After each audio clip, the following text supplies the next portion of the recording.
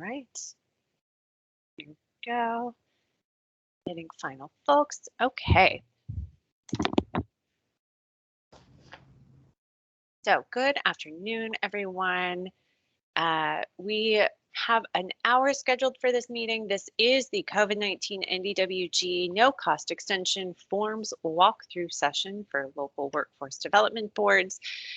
This is your time to ping us for any questions, concerns, comments, assistance that you may need with the forms that have gone out from us here in ESD out to all of you in the local areas, requesting some additional information for the no cost extensions that we are planning to put in at the end of the year to DOL to request an extension, a period of performance extension of 12 months from them.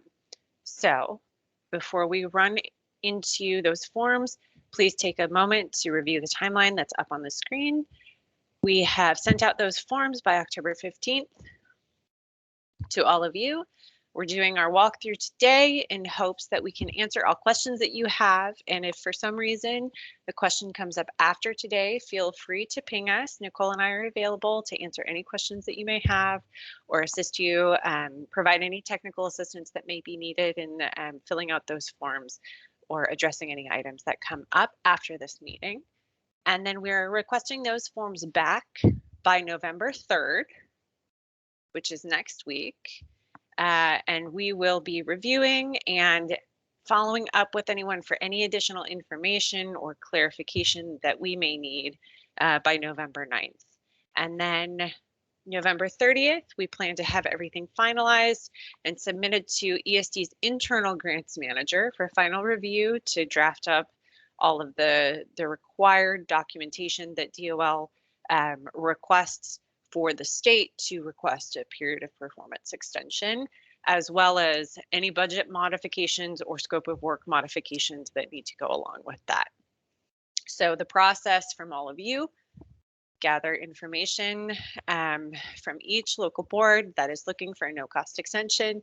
Nicole and I will compile that information into two distinct requests, one for the employment recovery NDWG, one for the disaster recovery NDWG. Those will go up to DOL in one single compiled request. And so there may be some back and forth that we need from all of you to get consensus on what that one distinct request needs to include. So just a heads up, this is a bit of an iterative process. We're hoping we've given details that will allow you to move forward with the forms, but today is an opportunity for you to ask us and for us to have a chat about what is included in that. So before we run into the forms, do we have any lingering questions about the timeline? Hi, Julie. I was just curious if there's any wiggle room with the November 3rd deadline.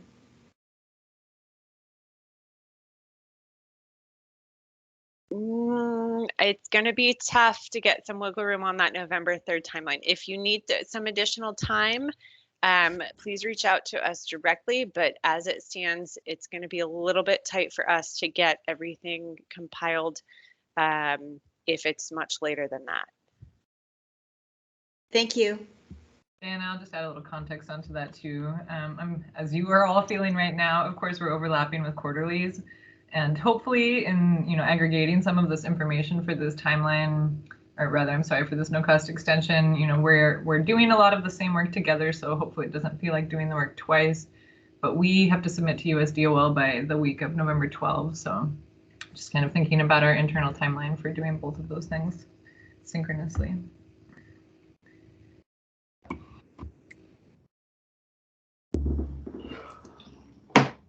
Other questions on the timeline?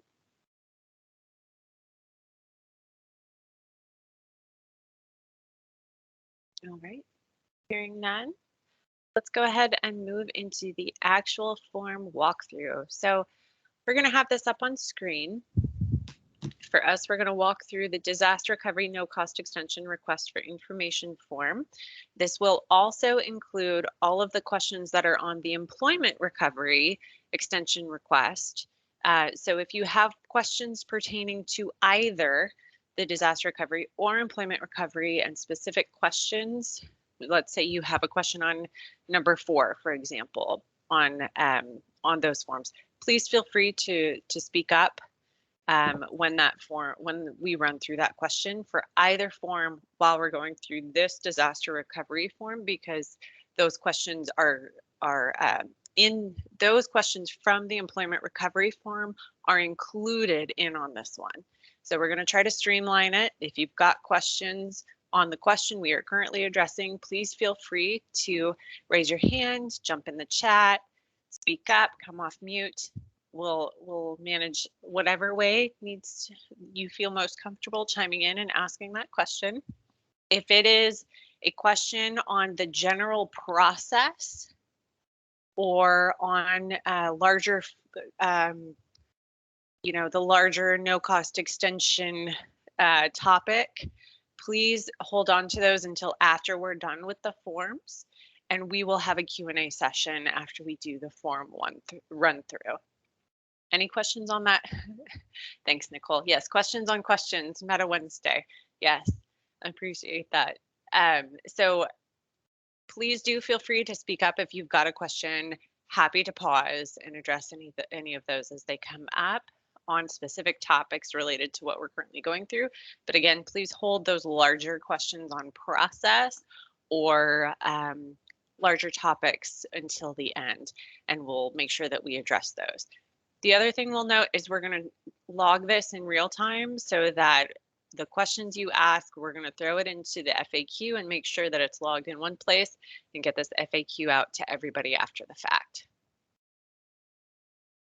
Great. Any concerns on this process, questions on this process, items to take note of before we dive in?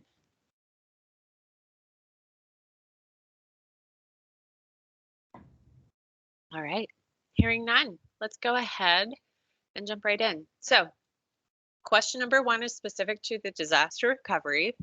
What current disaster relief employment placements will still be needed after 6/30/21?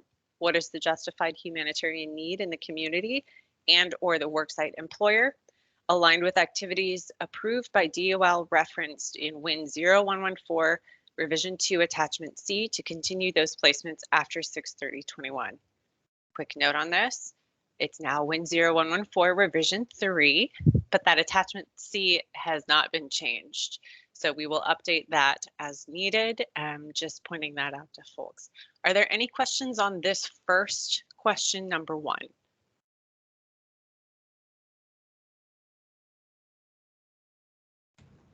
Julie, this question is more about whether or not we have disaster relief placements that have yet to be completed after June 30th. Let's say that we have a performance target of a certain number by 9:30 and by 6:30 we had not met that yet. So pretty much this answer is just talking about what placements are left after 6:30. That's a great question. In this specific question, it's looking at not necessarily how many placements you have left at the local level to hit. It is what is the continued need. So you want to make sure that you're justifying the humanitarian need in the community for any additional or extending any current disaster relief employment placements. That is what DOL is looking for.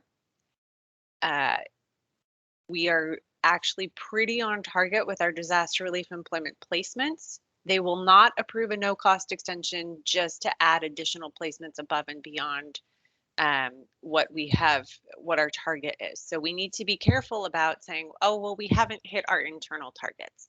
It's more aligned with, okay, we're still seeing this need in the community that is related to disaster relief employment. We still have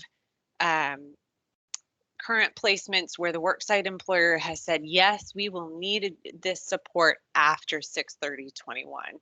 That will help us justify that will help us frame out a justification for extending those period of performances.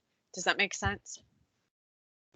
Yes, it does. It's really just more about a need that is outside of our current performance. So perhaps what we're hearing from sites that they really want to extend these positions beyond March 31st, especially when funding is available for some of these sites, but they're hitting that 12 months or 280 hours potentially.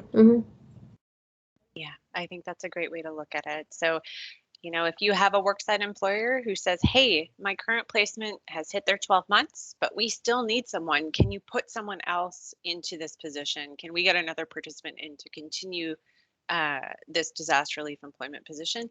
That's a great thing to put into question number 1. Julie, I have a question. This is Andrea. If our answer to number 1 would be 0 for our area, is that wise then to potentially participate in the no cost extension on this grant, or should we focus on the employment recovery? It's not as simple as a yes no. Right? Nothing ever is in this world. If you don't have any disaster relief placements that are needed after 6/30/21, that's okay. Just say no additional disaster relief employment placements will still be needed after this point. But you'll outline what additional services will be needed for current participants who are still in the program further down on this form. So if it's not disaster relief employment, that's fine. You can still go in for the no cost extension. You'll just need to be clear on, hey, participants in this space are still needing XYZ services. Does that make sense, Andrea? It does. Thank you. Sure. You've got someone with their hand up. That's me, Julie. This is Lisa Romine, North Central. Hey, Lisa. Hi. You might have covered this some other time, but it says what's still needed after 6/30/21, but our contracts end 3/30. Can you explain that? Sure. I guess I'm a little confused about that part. Yes, it's a good question. 6/30 is when the ESD contract with DOL ends. So if we are asking as a state for additional period of performance, we will need to justify any placements after 6/30/21. Now, there's that little bit of wiggle room in between there where if you still need performance after April, right, or after March, April timeframe, then, you know, go ahead and put it in there. Just indicate that you'll need placement through, you know, May 30th, right? So we Okay, can. so you're saying that even though the state's end date is 6/30, locals is 3/30, we still, if all I wanted was a 3-month extension to 6/30, you're still wanting to hear the justification for that. Yeah, because it will help us make the case. Okay, great. Thanks. And are you talking 6/30/22? Yes, Miranda just pointed that out. Thank you so much for that. I will choose that right now. That'd be great. Yeah, I appreciate it because we were baffled too there for a while. So. Yeah. Thank you for pointing that out. Definitely appreciate it.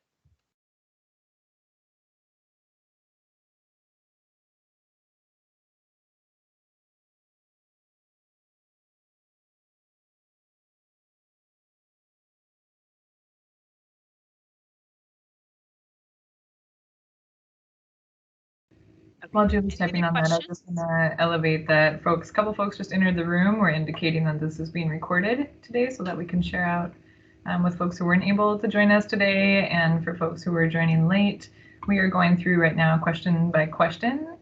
So we encourage folks to elevate questions that are pertinent to the question we are reviewing. We are walking through the DR NDWG template because it contains all of the same questions as the ER plus some. And we will save larger questions over the entire process or the tools as a whole until the end. Thanks, Julie, for also including, perhaps we should indicate that we have amended the date to be accurate in our FAQ notes. Yep.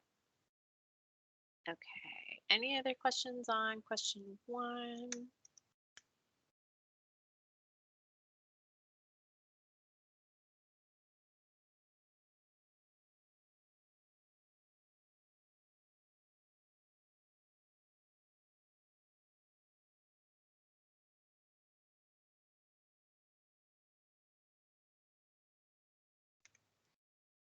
Noted that, we will address it. Okay, let's move to question 2. What is the anticipated need to provide additional or continuing services to currently enrolled DR and NDWG participants after 6/30/21? That should be 22. Thank you for that again. Please provide a detailed overview and justification for how co-enrollment into other programs is not a viable solution to meeting these outstanding or continued needs, particularly WIOA formula or other NDWG funded programs. This question is on both the ER and the DR. So if you have a question for either program, please feel free to speak up. So any concerns or clarification that is needed on this question?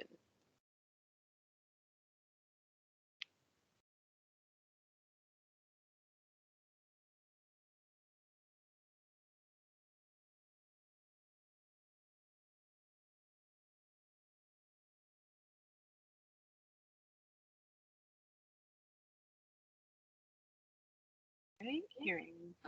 This is Lisa. I just want to clarify, make sure I'm understanding this. We're now not talking about the DRE placements. We're talking about regular DR and participants. That is correct. Okay.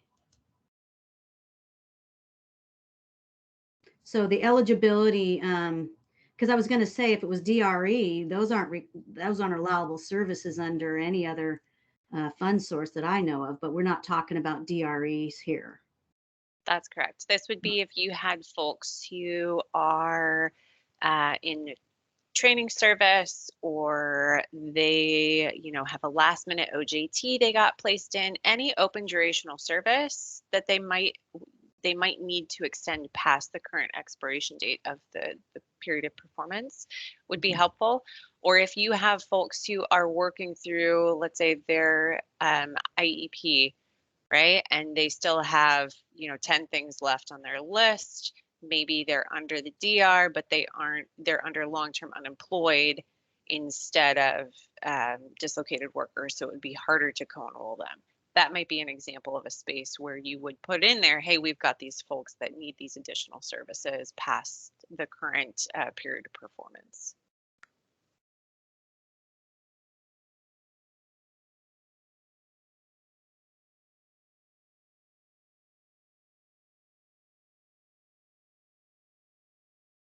Maricel, I see you threw in the chat. Does that allow for the placements to go beyond 12 months or 2,080 hours to help meet the needs of sites and customers? Do you mind expanding on that a little bit?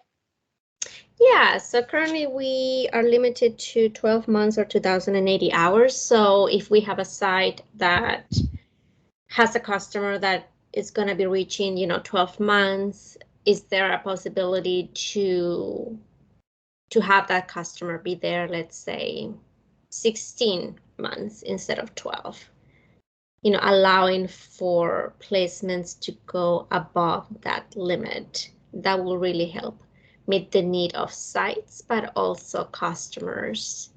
We're also going to see a high number of people leaving their disaster relief positions, so there is a need to provide placement services, once those positions end. So if the contract ends, then they will have to be switched to another program if they qualify for that.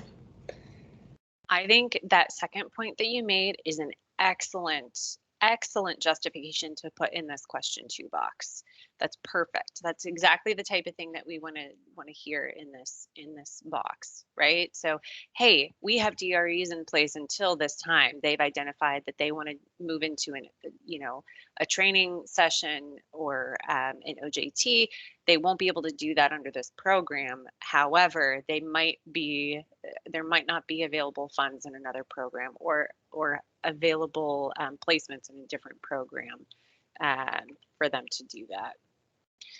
On the first question, at this point, DOL, as per TEGL 1219 change 1, has been very clear that if a worksite employer needs additional support from disaster relief employment after a single participant has hit 12 months or 2,080 hours, it is strongly recommended to put a different participant in the disaster relief employment position with that employer. So that limitation, that 12 months or 2,080 hours, is specific to the participant's placement in a disaster relief employment. If that participant has been in multiple disaster relief employment placements, it is cumulative. So my suggestion to you is, if the worksite employer needs some additional support for that disaster relief employment after a participant has been with them 12 months or 2,080 hours, whichever is longer, then the DOL would like to see a different participant placed in the disaster relief employment with the worksite employer at that point. There is a process for requesting extension for a single participant. It has to get approved by by the Secretary of the Department of Labor. So that is not something that will happen quickly, nor is it something that is an easy process, because it does need extensive justification as to why there is not another participant that can perform that work for the worksite employer to allow the initial individual to move back into the formal workforce for unsubsidized employment. Does that answer that first question, Marisol? Yes, it does. I was just wondering if there is any room for DOL to be, if they do choose to, do an extension, if there's any room for flexibility on their part when it comes to, making that placement and that limit more flexible, just to go, beyond the 12 months. Because for some of the sites, if you only have $5,000 left in the contract and the person has already reached 12 months, it's a lot of work just trying to find somebody that could be at that site for 2 months, and that's it, just because that's the amount of funding available left. And Sure. it's almost impossible to find someone that wants to just do work for just 1 or 2 months. Yeah, I can understand that. I think that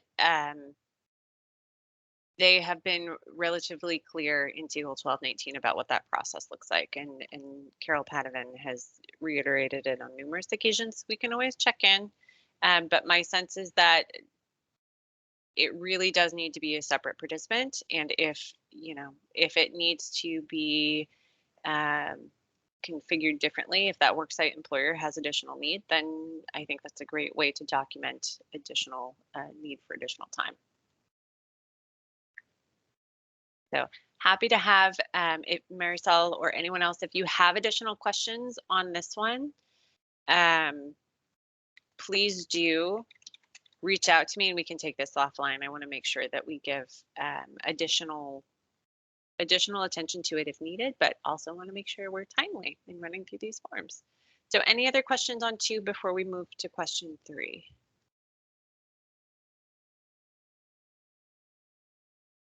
All right, we're going to move on.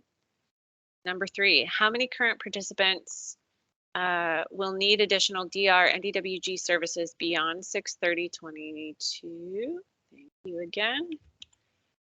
Please note the focus of this extension should be to continue to serve currently enrolled participants. So this is asking how many, right? So the last one we said, are there and what services? This one says how many.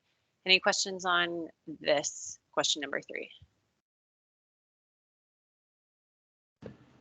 Hey, Julia, this is Rod over in Colville. When you say Rod? current participants, do you mean current as of today or as of March 30th? So it's a little bit of both, right? So since we have hit all of the target per enrollments for the state, it would be, focusing in on what participants who are currently in the system will need will need additional services after that point. So if you've got folks that continue to get enrolled after this point, it's okay to estimate that, but my suggestion would be if you have hard numbers or a better estimate for folks who are in right now, that would be the number to go with. Nicole, do you have any additional thoughts on that? Do you feel like I'm hitting that correctly? Yeah, that reflects my thinking on that. I think also here the distinction that you've offered in terms of how many, like we are just kind of looking for a numerical count. It's going to be part of our case to DOL about justifying this, right? That we have a catalytic number of folks that are definitely dependent on these services after the existing contract period. And so to distinguish that, as you said, Julie, from the prior of like, what does that look like? Here we're really looking for that count. And Rod, to your point, the more precise that we can be about the post period of performance numbers, the better. Go ahead, Ish. Thank you. I understand the wanting to cap it on November 3rd, but for regions such as ours, where we are co-enrolling everyone in these grants as a dislocated worker, that number is not really very meaningful if we cap it, because we are still co-enrolling every dislocated worker into ER, DR, depending on our need. We have a full ISD model that has our subrecipient co-enrolling everyone in all DW grants available. And changing it would mean changing our processes and systems altogether right now. So I am happy to provide a number by November 3rd, but that number will not be any close to accurate to what our enrollment numbers will become June 2022. I think that's a great point, Ish, and I think that other areas may have similar models as far as service delivery. The thing to keep in mind in this is not asking you to change your service delivery model. This is making the case for justification to DOL. So just keeping your eye and considerations in that space is going to help us justify why there is a need for continued period of performance. And if you are co-enrolling all of your participants, the justification for you might not be additional need for services beyond 6/30/22. So the question then is, what is the justification for you needing additional time past 6/30/22, right? And that I think is where there's a lot of room for variation. There's a lot of room for different ways of thinking and justifying that. DOL has been very clear that that justification is not going to fly if it's simply we haven't spent all the money or we have additional folks beyond what we said we would serve with this money that needs additional services. So it really is dialing back to what DOL initially gave us the funds to do, and how are we justifying that we need to continue providing services even after hitting some of the outcomes that the state got funding to provide. Julie, I have a question on that. This is Andrea. In terms of the timeline between looking at our current caseload in, the end of October versus what it's going to be in March/April, understanding that this can only really be an estimate, and how might that, will there be language, I guess, if we get a no cost extension, will there be language to the effect that we're being held to numbers that we put in here, even though it's really going to only be an estimate that we can come up with right now? No, we are, thank you. That's a great question. Let me make sure I capture that. If the case numbers provided in this question are different come March 30th, will we be held to those numbers? The answer is no. I mean, this is where we are gathering information from all of you to compile a response to DOL. We may have additional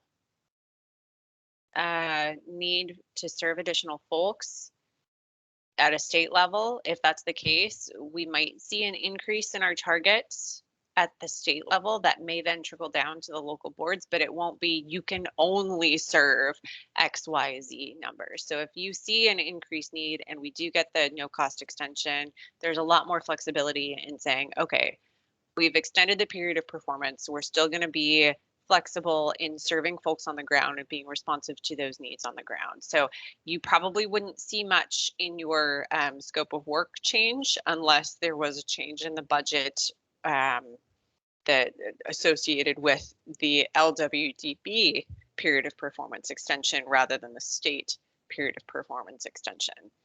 Did that make sense? It did. Then I have one more question related to, you said a moment ago that DOL's not really going to be considering the justification that we have more people to serve and we haven't spent the money yet. But it seems to me that you could frame that in such a way that it would be a strong argument in that we have more money to spend and there are more people to serve. So may we serve more people and spend this money. So is there a way to include that? And do you have a sense of why DOL is not interested in that argument? You know, it's something that I see Nicole coming off of mute. Nicole, did you want to jump in? I'm going to take a stab at it. Yeah. Yes, Andrea, all of those things are true. And I think this is a moment where all of us that are humans have to remember that we function inside of this system thing that is built to function in a very specific way. And while it may or may not hit the mark of the thing we do as humans, in this case, the system is doing this thing. We have a contract. It was already given to us. We have a scope of work, right? As we all do, like assigned to this contract. And we are simply asking for an extension of the existing contract. And to make the case in the way that you framed it in this way of, well, we still have monies and we still have more peoples, is in fact a small change to our proposed scope of work. So if I am taking this in the direction that maybe is useful, while it's not the most palatable of responses, we are all kind of complying with what DOL has offered us, which is the existing scope of work, and we need just more time to accomplish it.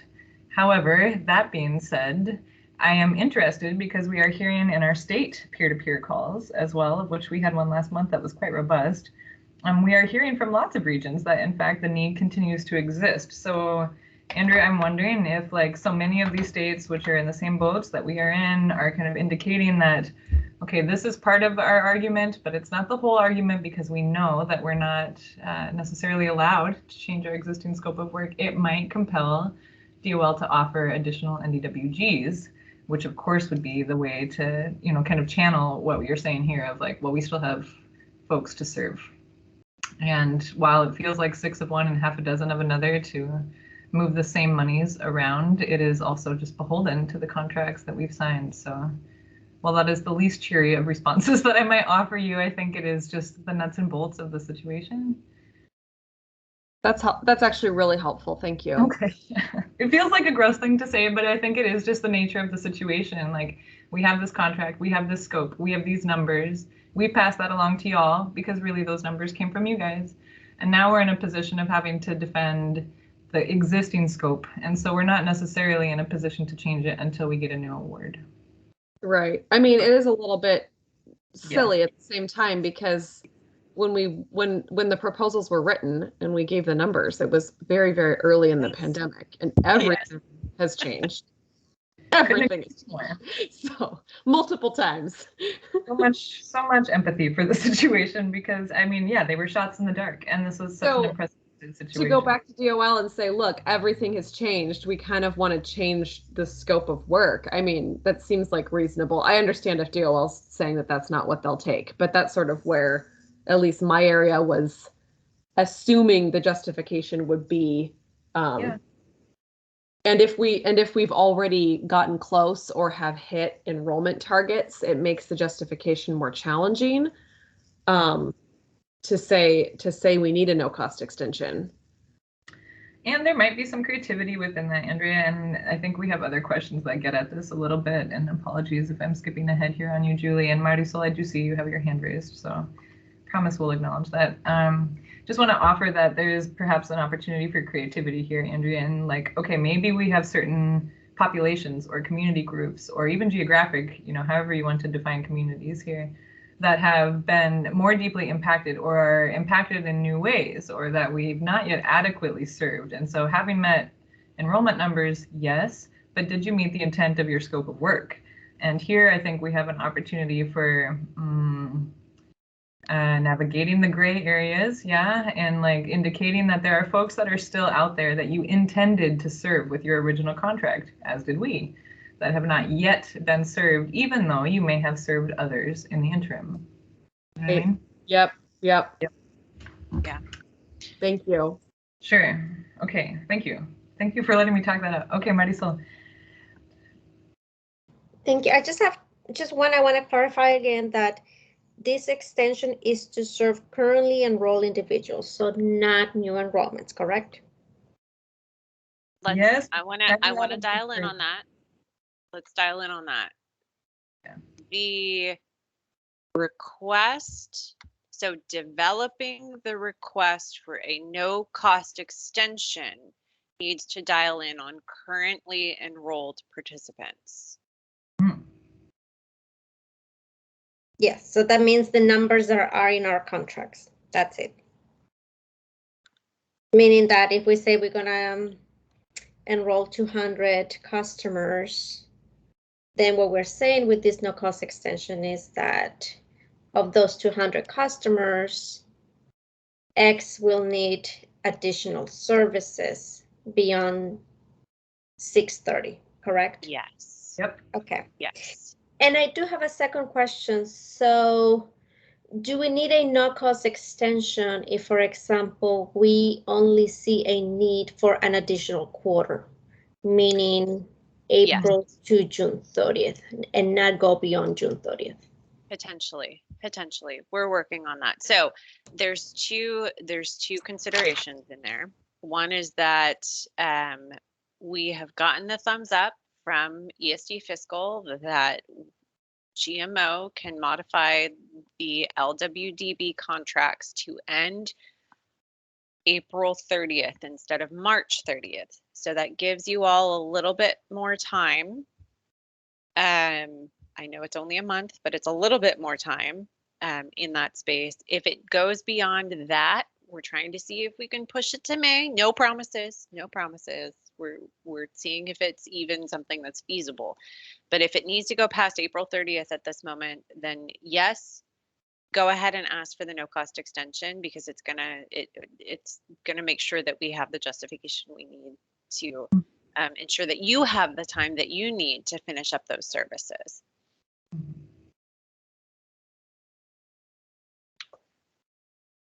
All right, thank you.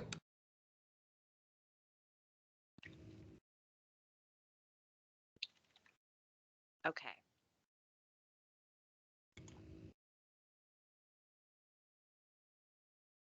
Okay, so question 4 is similar to question 3. How many currently enrolled participants will still be in a durational DR NDWG service after 6/30/22?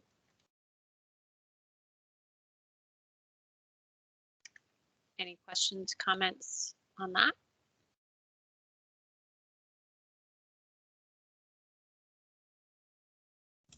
How is this distinct from question 3?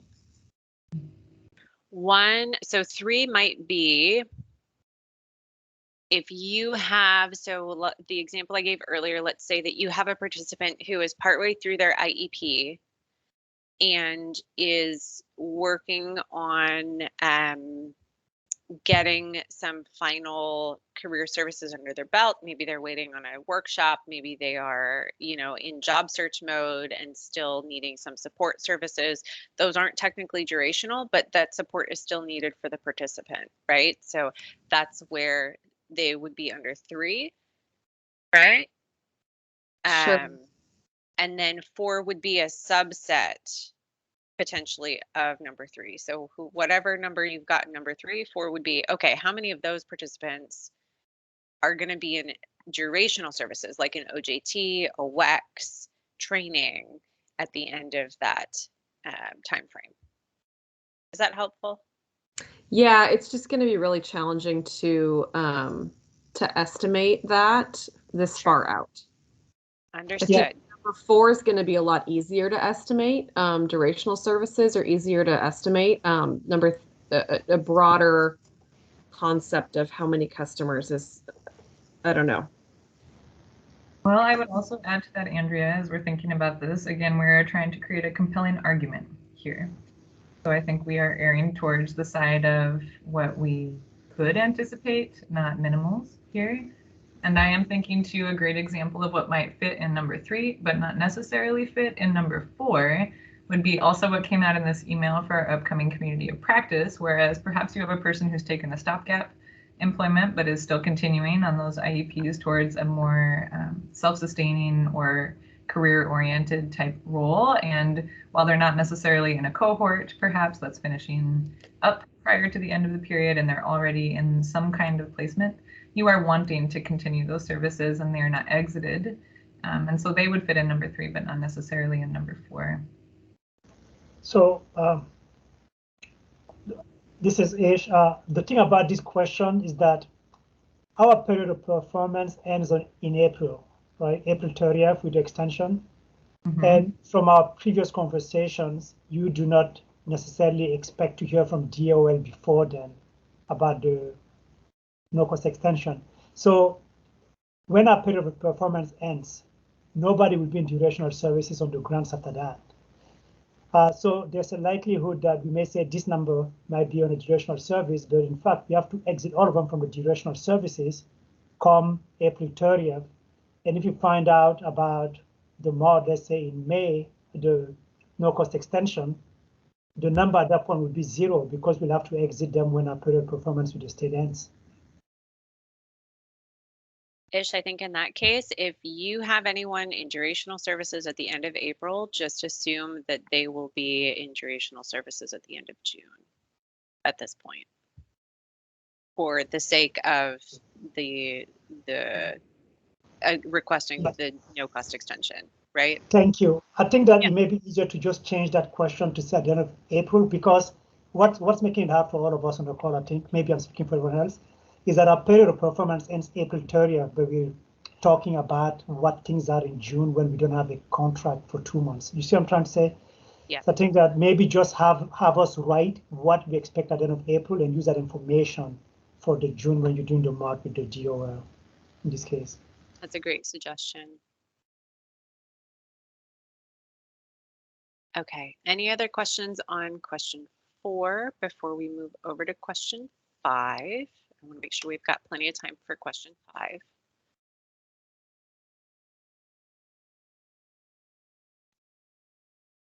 Okay, moving on to 5.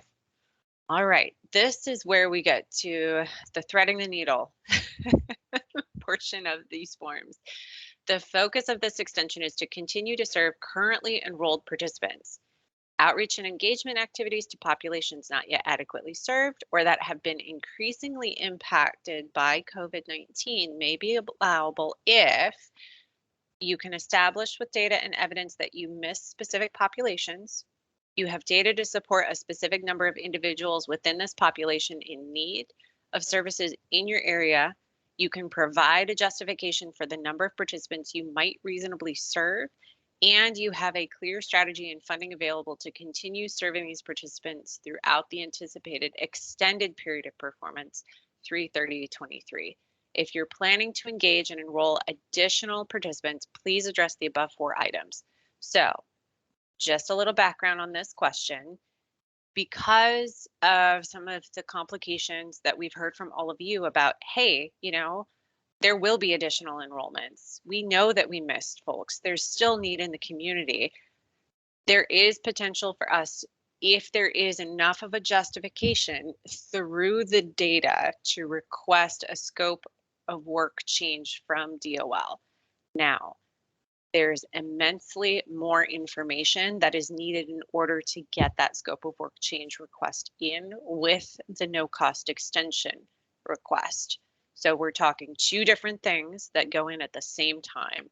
If we're justifying for any sort of scope change to serve additional folks, we will need these 4 pieces of information so that we can compile that at the state level and ensure that we're getting a comprehensive picture across all areas of any additional services and populations that might be needed for additional enrollments. So this is your opportunity, if you're seeing other needs in your community, to enroll additional people with these funds. Question 5 is the space to outline what that is, how you're justifying it, what those might look like, and provide some data to back your justification up for that need. So I'm going to pause and see if we've got questions or concerns, because I feel like that's a lot of information in kind of a wiggly space. So any thoughts on that? Julie, this is Lisa. I want to make sure I understand. When we're talking about enrolling additional participants, are we talking about additional participants past a certain date or additional participants beyond the numbers in our contract? Both. Both? Is that what I heard? Yes. If you have not yet fulfilled your target by the end of this, then there's not necessarily That's what I mean. If for some reason, like we have a goal of 100 and we're at 80, but it's June 30, are those additional participants or are those just participants that are in our contract? So it's a great question, Lisa. I'm going to jump in because we as a state have hit the targets that DOL asked of us as far as enrollments. Right, so but that's not local areas haven't necessarily. Right. So any additional enrollments that you anticipate needing past April 30th, I'm going to get my dates right, past April 30th, will need additional justification. Okay, whether it's above your contracted amount or goal or not. Okay. Yes, because your contracted amount at the local level was a negotiation between the LWDB and the state. So we can modify that as needed without having to go to DOL for additional, additional input, right? But what we're doing is compiling a bunch of information to say to DOL, hey, we need to serve additional folks past this time frame. So to some degree, individual LWD targets are important, but we have a lot more flexibility. Nicole and I have a lot more flexibility on, how we negotiate that with all of you instead of having to drag DOL into that space. Is that helpful context?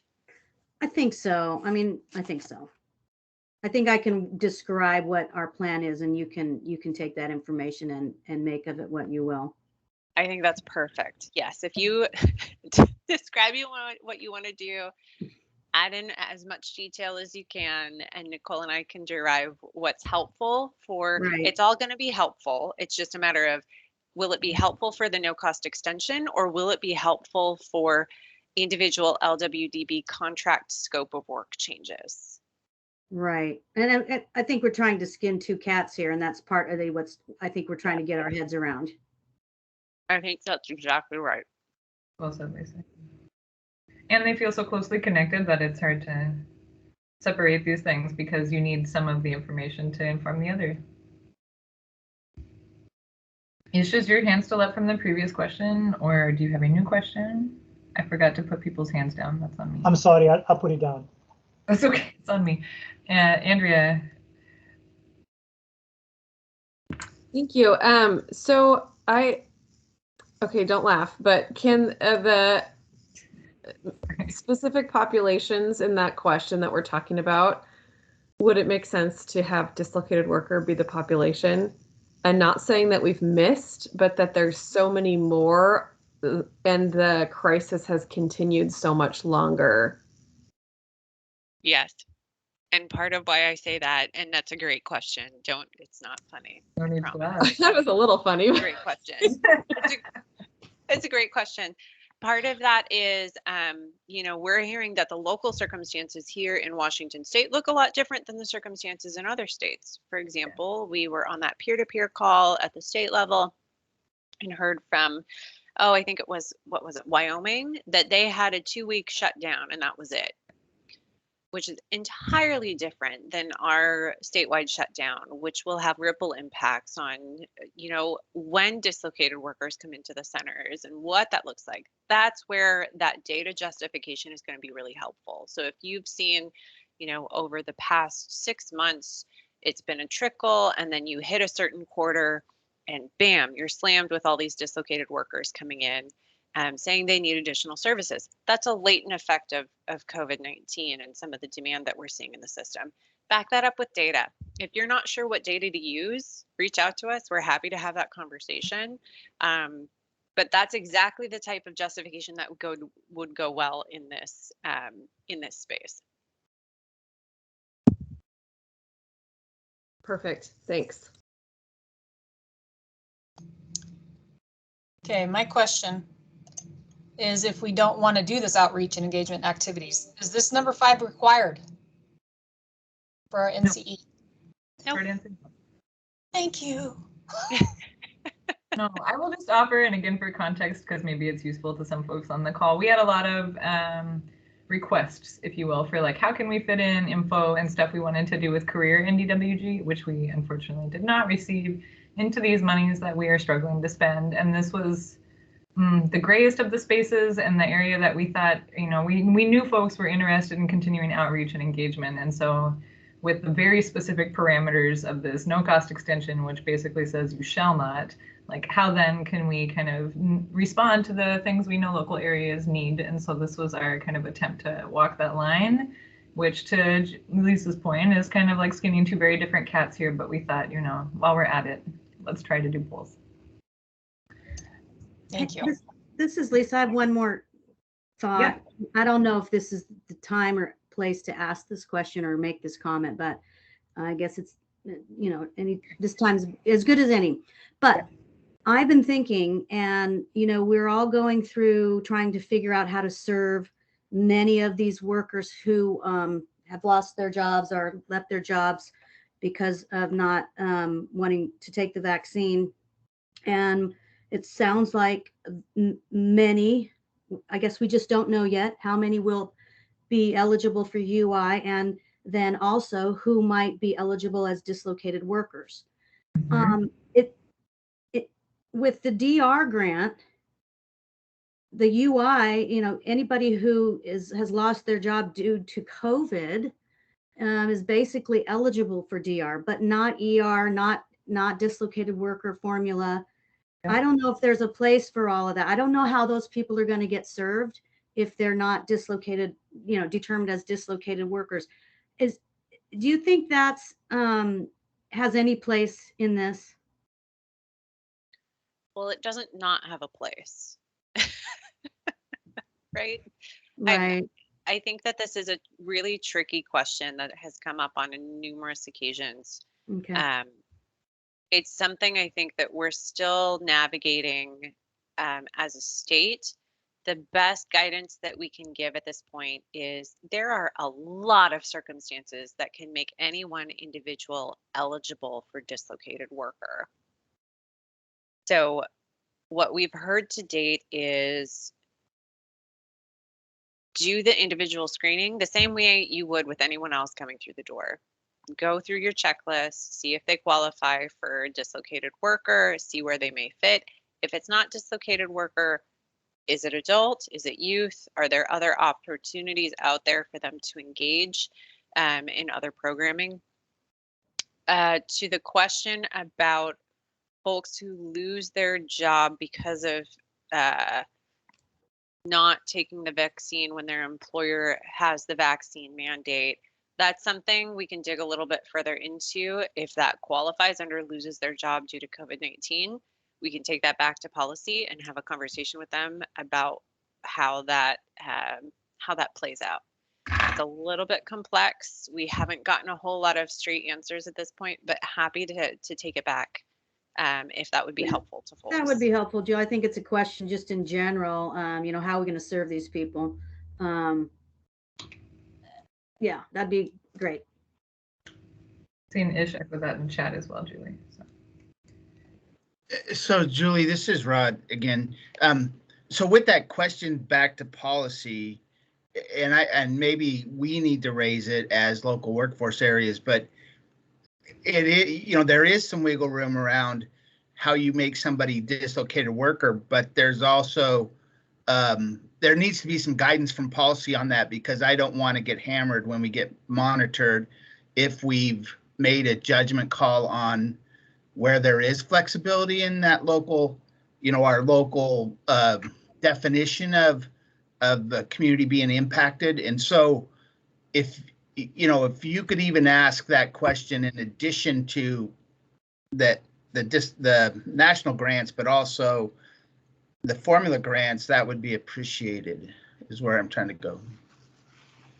As far as whether someone who has lost their job due to the vaccine mandate, I just want to make sure I'm framing this correctly. Yeah, so there's the allowability to make somebody eligible if a community's been economically impacted and dislocated worker. And so early on, it was, you know, it was kind of hinted at that, you know, clearly if there's mass closings of restaurants and retail and everything, that community is hit and they could be a dislocated worker. But, you know, if we go beyond it saying, is it because of the vaccine mandate that people are being economically impacted, or is it the community being economically impacted? That's a pretty gray area in my mind, and I would want some guidance from policy. And I guess maybe I should just ask Greg and Gary about it ourselves. But if you were going, I was hoping you could ask two questions at once. I think it's a great question. I think that I'm going to make two suggestions. The first of which is, please come to next Tuesday's community of practice meeting, because monitoring and policy will be there. And this would be a great question for them during that meeting. So please feel free to raise it in that space if that feels more comfortable. The other thing I will offer is the role of monitoring is to ensure that you're in compliance with federal, state, and local policy. So if your dislocated worker policy indicates a certain thing, and I would encourage you to run that local policy by policy and monitoring just to see if it aligns with their thinking. But if you outline specific circumstances in conjunction with your policy, that's probably what they will monitor to. Now, that's not a solid answer for you, but happy to, you know, but to some degree, it's intended to keep it open so that that flexibility that's needed local level to determine those things is. So get feedback on it, but again, monitoring to local policy. So is that at all helpful on either of those fronts? Yeah, I mean, it is. I would, you know, I feel that maybe their interpretation of our local policy, they may not be as flexible as we are. And that's where, and this is one that I think needs some guidance, because it's not like, you know, there's a flood or a disaster that is, you know, or even early in the pandemic, you know, where clearly the communities were impacted. This is a different impact or driver to that layoff or, you know, loss of work. And so I think I you know, after thinking it through a little more, I will probably take it to Gary and Greg myself, but okay. And if I can, I will participate next week, but we'll see. So It's all good. I know y'all are Yeah. busy. All right, thanks. Absolutely. I will raise it and let them know that folks will be reaching out to him for that. Okay. We did not get through the whole form. I am sorry for folks. We took a little bit more time than we intended.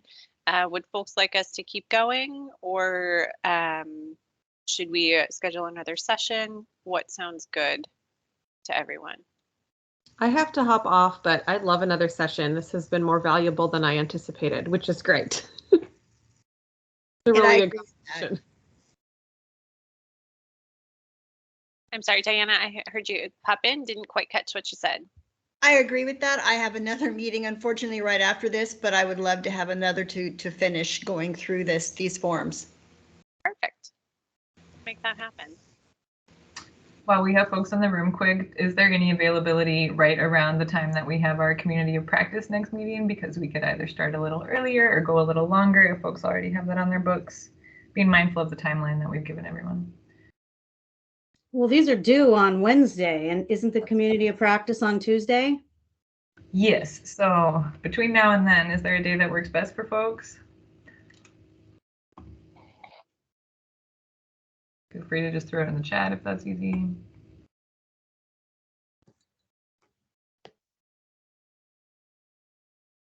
Keep in mind this is recorded, so we can do another session. I think, let's see.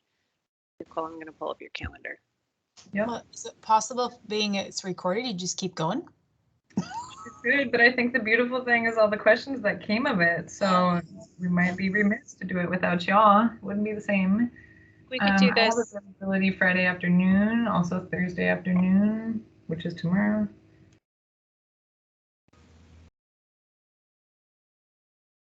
Okay, Marisol says meet after the meeting on Tuesday. Okay. I think you guys should just pick a time, and then those that can attend can attend. I think that's probably best. Sure, we can do that.